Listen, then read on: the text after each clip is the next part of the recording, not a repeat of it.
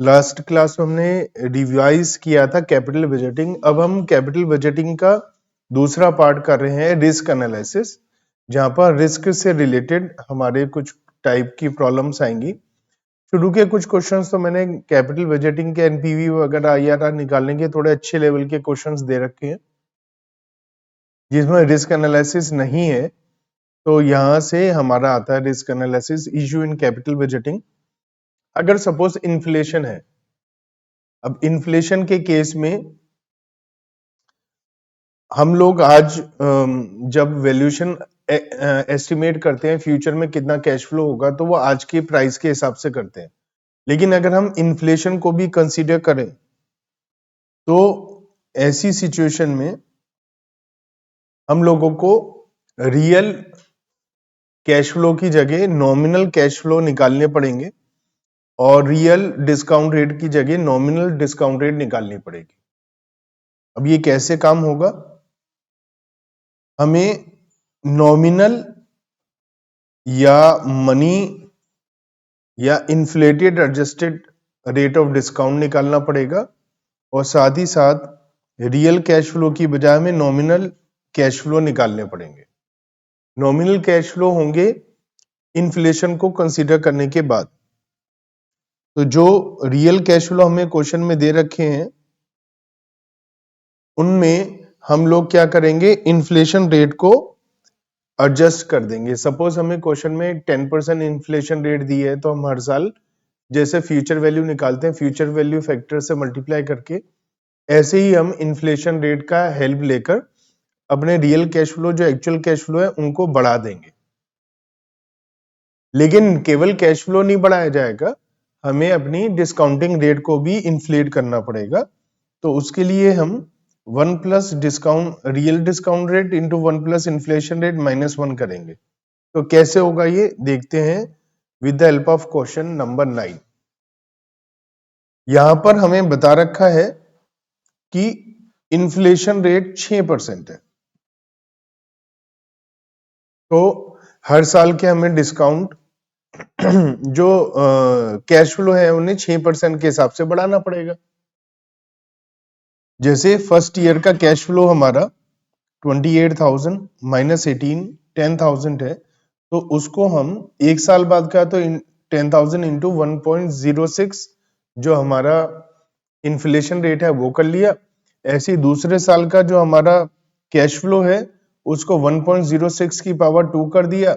ऐसे ही तीसरे साल का जो है उसे 1.06 की पावर 3 करके इन्फ्लेशन एडजस्टेड कैश फ्लो निकालेंगे, जिसे हम नॉमिनल कैश फ्लो बोलते हैं। एक तो ये चेंज हो जाएगा।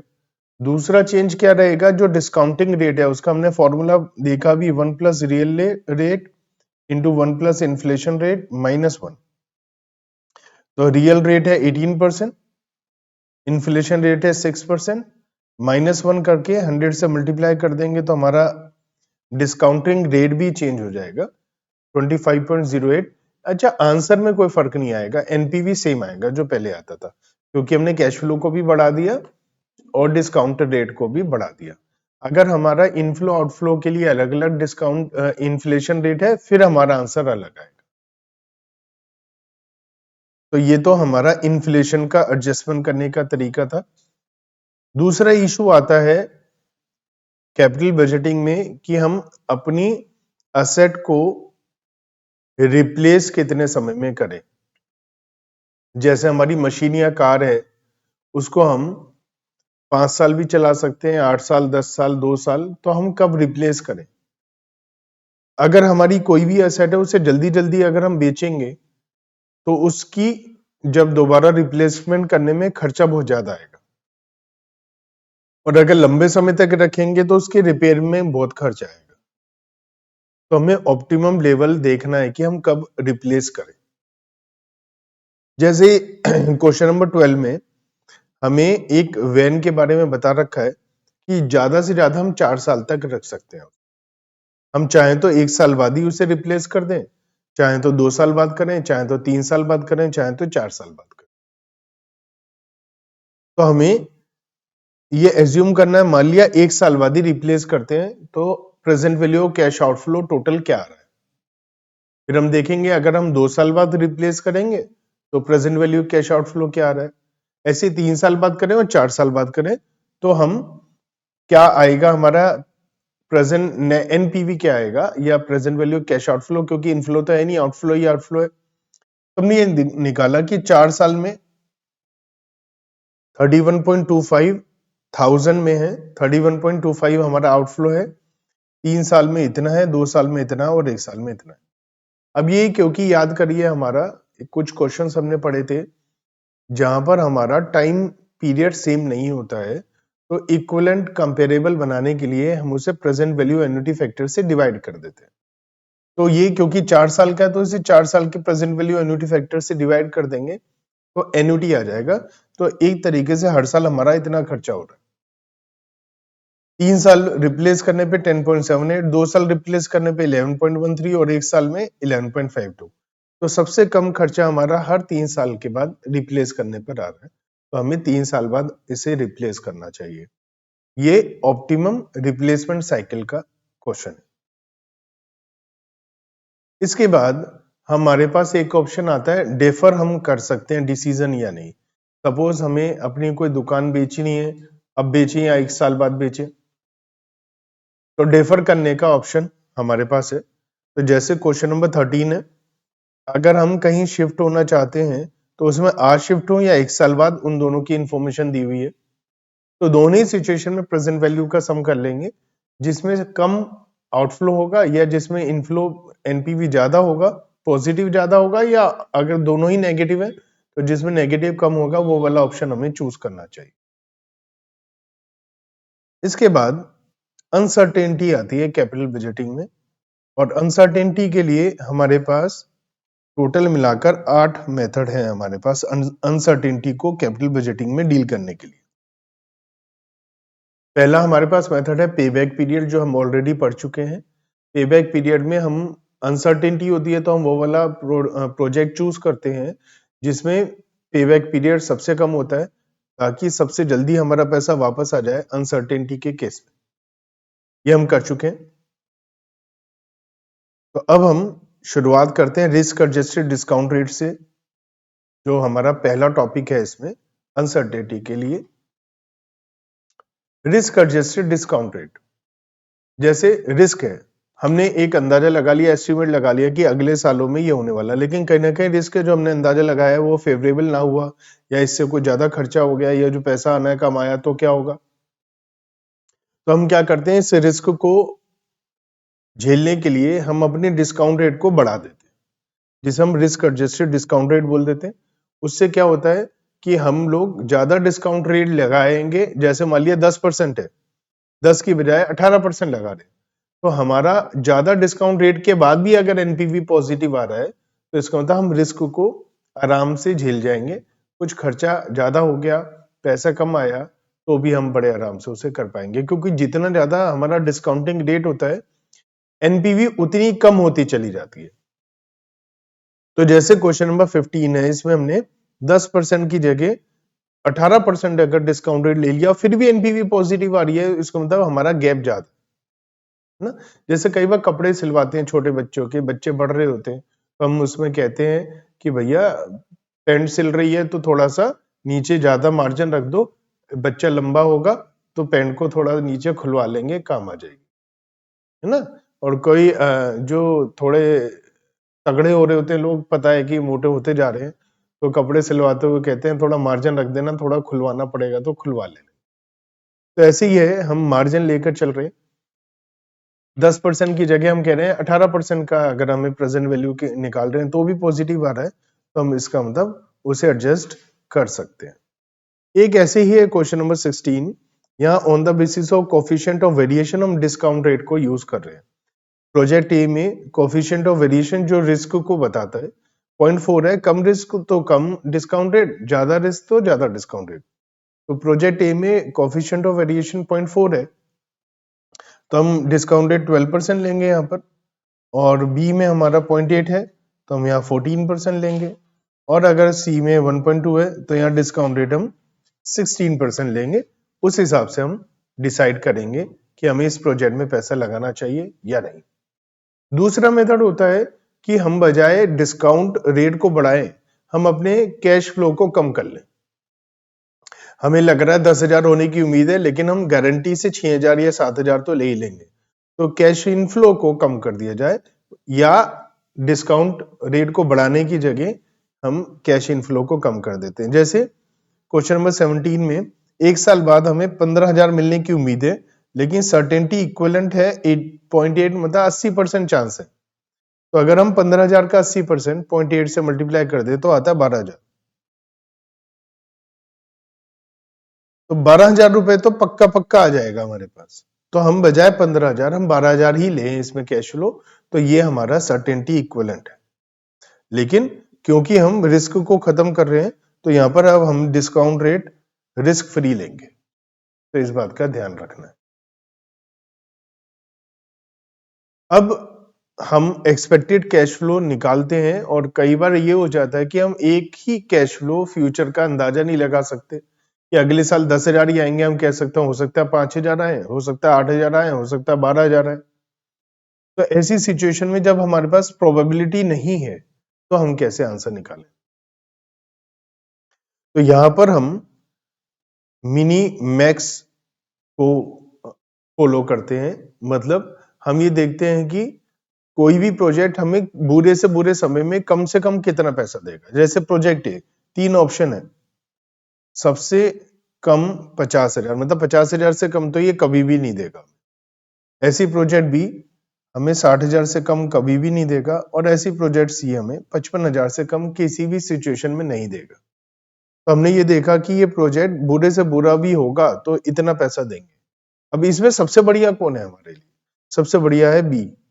इसका मतलब बी अगर हम लेते हैं तो गारंटीड 60,000 तो कम से कम हम कमा लेंगे। तो हमें इसे मिनिमैक्स बोल देते हैं कि हम सबसे पहले मिनिमम चूज करें और फिर उसमें से मैक्सिमम चूज करें। तो ये विदाउट प्रोबेबिलिटी वाला है। अब हम विद प्रोबेबिलिटी वाले क्वेश्चंस देखते हैं, जहां पर प्रोबेबिलिटी हमें दे रखी है। तो प्रोबेबिलिटी अगर दे रखी है तो हम एक्सपेक्टेड कैश फ्लो को प्रोबेबिलिटी से मल्टीप्लाई करके सम कर लेंगे, तो हमारा एक्सपेक्टेड कैश फ्लो आ जाएगा। जैसे कि प्रोजेक्ट ए है, उसमें 50,000, वही क्वेश्चन है, 50,000 मिलने की उम्मीद है, या 65,000 या 80,000, लेकिन इसकी जो प्रोबेबिलिटी है वो भी हमें दे रखी है। तो हम कह रहे हैं 50,000 मिलने की उम्मीद 0.2 है, इसका मतलब 10,000 तो मिल ही जाएंगे। 65,000 मिलने की 0.6 है, मतलब 39,000 तो मिल ही जाएंगे। और 80,000 मिलने की 0.2 है, 60, तो 65,000 तो मिल ही जाएंगे। तो हम ये माने कि प्रोजेक्ट ए हमें 65,000 दे रहा है। ऐसी प्रोजेक्ट बी और प्रोजेक्ट सी के लिए भी हम पैसा निकालें और फिर हम उसको क्वेश्चन को सॉल्व करें। तो प्रोबेबिलिटी में आपको क्या करना है, जो हमारे एक्सपेक्टेड जो भी कैश फ्लो है उसे प्रोबेबिलिटी से मल्टीप्लाई करके सम कर दें, तो इसको हम एक्सपेक्टेड कैश फ्लो बोल देते हैं, और हम इस एक्सपेक्टेड कैश फ्लो की हेल्प से क्वेश्चन को सॉल्व करते हैं। जैसे क्वेश्चन नंबर 21 है, यहां पर हमें फर्स्ट ईयर के अलग अलग कैश फ्लो प्रोबेबिलिटी दी है। अगेन इसे मल्टीप्लाई करके सम करेंगे तो ईयर 1 का हमारा कैश फ्लो एक्सपेक्टेड आ जाएगा, फिर ईयर 2 और ईयर 3, फिर हम उस हिसाब से क्वेश्चन को सॉल्व करेंगे। तो प्रोबेबिलिटी के क्वेश्चंस को हम इस तरीके से सॉल्व कर पाएंगे। और अगर प्रोबेबिलिटी के अलावा जो हमारे पास नेक्स्ट इसमें टॉपिक आता है, वो आता है डिसीजन ट्री अप्रोच। यहाँ पर क्या होता है कि हमें अलग अलग ऑप्शन दे रखे होते हैं कि हम ऐसा करेंगे तो 2 ऑप्शन होंगे, या तो ये होगा या ये, उसके बाद भी 2 ऑप्शन होंगे, उसके बाद 2 ऑप्शन, ऐसे 2-2 3-3 ऑप्शन अलग अलग सिचुएशन में आते चले जाएंगे। तो हम लोग ऐसी सिचुएशन में क्या करेंगे? जैसे क्वेश्चन नंबर 30 है, इसमें भी हमें बता रखा है कि एक प्रोजेक्ट है, उसमें 70% चांस है सक्सेस होने के और 30% चांस है अनसक्सेसफुल होने के, और फिर उसमें सक्सेसफुल होगा तो आगे क्या क्या होगा ये सब बता रखा है। तो इसमें करने का मेथड ये होता है कि हम लोग, जैसे 2 ऑप्शन है तो हम 2 ऑप्शन पर गए। अब हो सकता है दोनों के और 2-2 3-3 ऑप्शन दे रखे हो सकता है एक का ही आगे बढ़ रहा है। मान लिया फेलियर है, और फेलियर में तो हम बंद कर देंगे, तो हमने कुछ भी नहीं बोल रखा है आगे। और यहाँ सक्सेसफुल है, तो सक्सेस होने के केस में हमें यहाँ पर बता रखा है आगे कि और प्रोजेक्ट हमें मिलेंगे, उससे हमें 3 ऑप्शन है, वो ऐसे ऐसे, फिर इसके बाद 2, कुछ भी हो सकता है। तो हमें क्या करना है इन क्वेश्चंस में, इन क्वेश्चंस को करने के 2-3 मेथड होते हैं। पहला तो ये कि हम हर एक एंड पर जाएं और हर एक एंड की हम एनपीवी निकालें, हर एक लास्ट में एनपीवी निकालें सबकी, और फिर इन सारी एनपीवी को हम लोग प्रोबेबिलिटी से मल्टीप्लाई करें और फिर सम करें। लेकिन इससे ज्यादा अच्छा ये है कि हम लोगों को कैश आउटफ्लो तो पता ही है कितना कैश आउटफ्लो होना है। हम बजाय एनपीवी निकालने के हम ये निकालें कि यहाँ पर मान लिया 0.7% सक्सेस होने की चांस है, और यहाँ पर फिर 0.2, 0.5 और 0.3 दे रखा है। तो यहाँ की जो प्रोबेबिलिटी हो जाएगी वो 0.7 इंटू 0.2 हो जाएगी, यहाँ की प्रोबेबिलिटी 0.7 इंटू 0.5 हो जाएगी, यहाँ की प्रोबेबिलिटी, अब इसके आगे और हमारे जो चांसेस हैं वो दे रखे हैं, तो यहाँ की प्रोबेबिलिटी 0.7 इंटू 0.3 इंटू 0.1 हो जाएगी, और यहाँ की प्रोबेबिलिटी 0.7 इंटू 0.3 इंटू 0.9 हो जाएगी, यहाँ की 0.3 है।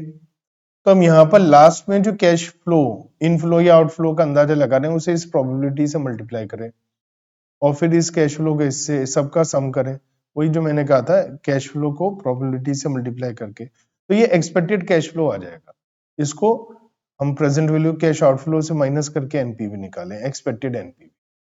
तो ये ज्यादा बेहतर है करना, क्योंकि इससे क्या रहेगा, हमारे लिए आसान हो जाएगा थोड़ा सा क्वेश्चन को सॉल्व करना। एक और तीसरा मेथड है कि हम पहले इसको फर्स्ट ईयर का ही कंप्लीट करें अगर ईयर वाइज दे रखा है, लेकिन वो हर क्वेश्चन में ऐसा नहीं हो पाएगा क्योंकि हर क्वेश्चन में ईयर वाइज नहीं होता है। तो बजाय ये हम हर एक एंड में जाके कैश फ्लो निकालें और एक ही फाइनली एनपीवी निकालें। तो ये सब क्वेश्चंस हमारे डिसीजन ट्री के हैं। आप देख सकते हैं क्वेश्चन नंबर 31 में येलो कलर से जो आपको दिखाई दे रहा है वो पहले ये होगा तो फिर इसके बाद ये होगा, ऐसे हमने सारे क्वेश्चन करे हैं। डिटेल्ड वीडियो आपके पास भी है, आप क्वेश्चन सॉल्व कर भी चुके हैं।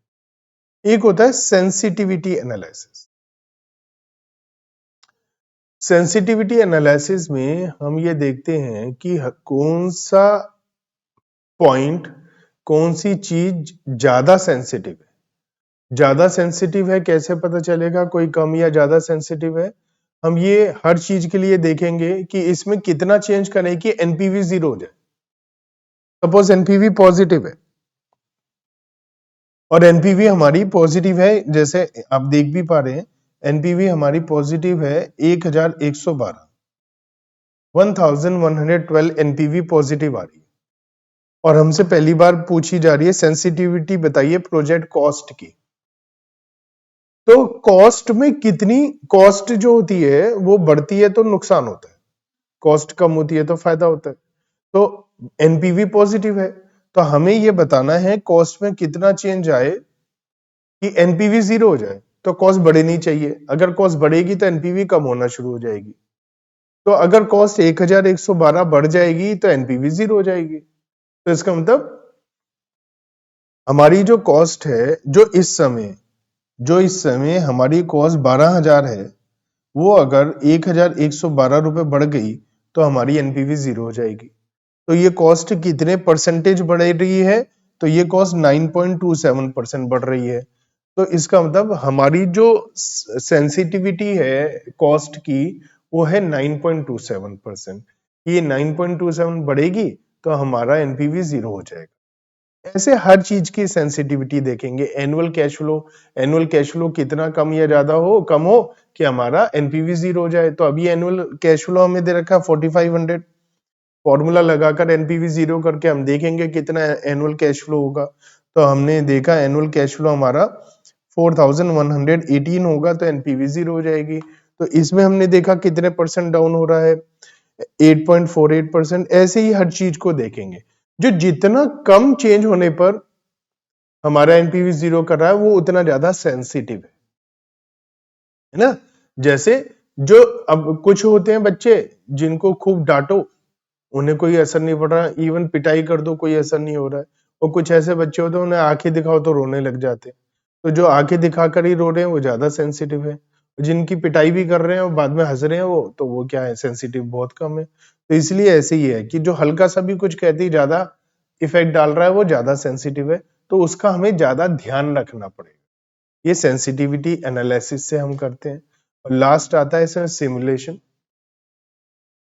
सिमुलेशन यूज होता है वहां जहां हमें तुक्के मारने होते हैं, फ्यूचर का अंदाजा लगाने के लिए, जहां सब फेल हो जाते हैं वहां ये काम आता है। सपोज हमें कोई अंदाजा लगाना है कि फ्यूचर में कितना सेलिंग प्राइस होगा।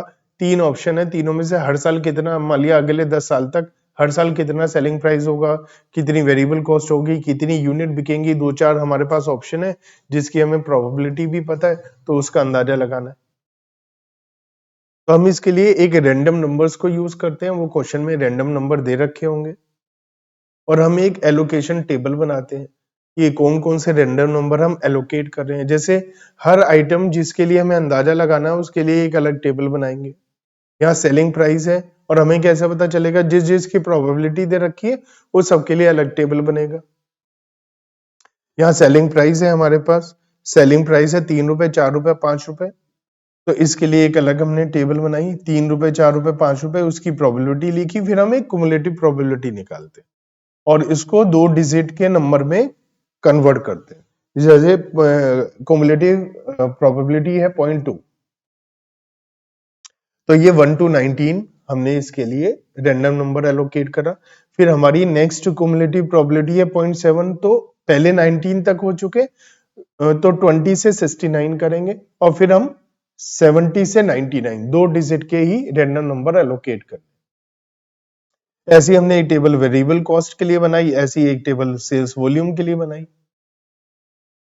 फिर हमें 10 साल का अंदाजा लगाना है और 3 चीजें, तो हमें 30 रैंडम नंबर की रिक्वायरमेंट है, वो हमें दे रखे क्वेश्चन में। और हमें यह भी बता रखा होगा कि शुरू के 10 नंबर सेलिंग प्राइस के लिए लेने, फिर अगले 10 वेरिएबल, अगले 10 सेल वॉल्यूम, या पहले 3 नंबर सेलिंग 1 ईयर के लिए लेने कि पहला नंबर सेलिंग प्राइस के लिए, दूसरा वेरिएबल कॉस्ट के लिए, तीसरा सेल वॉल्यूम के लिए। जैसे यहाँ 30 नंबर दिए हैं और लिखा first 3 random number first trial के लिए, मतलब first 3 random number first trial के लिए, मतलब पहला साल में 3 चीजें हमें अंदाजा लगानी है, तो शुरू के 3 नंबर उस पहले साल के लिए यूज कर लो। तो सबसे पहले तो हमें ये रैंडम नंबर लिखने हैं। सेलिंग प्राइस के लिए रैंडम नंबर 81, फिर 32 हमारा जो रैंडम नंबर है वेरिएबल कॉस्ट के लिए, फिर हमारा 60 जो रैंडम नंबर है वो सेल्स वॉल्यूम के लिए। ऐसे सारे पहले हम रैंडम नंबर लिख लेंगे और उसके बाद में टेबल की हेल्प से सारे तुक्के लगाएंगे।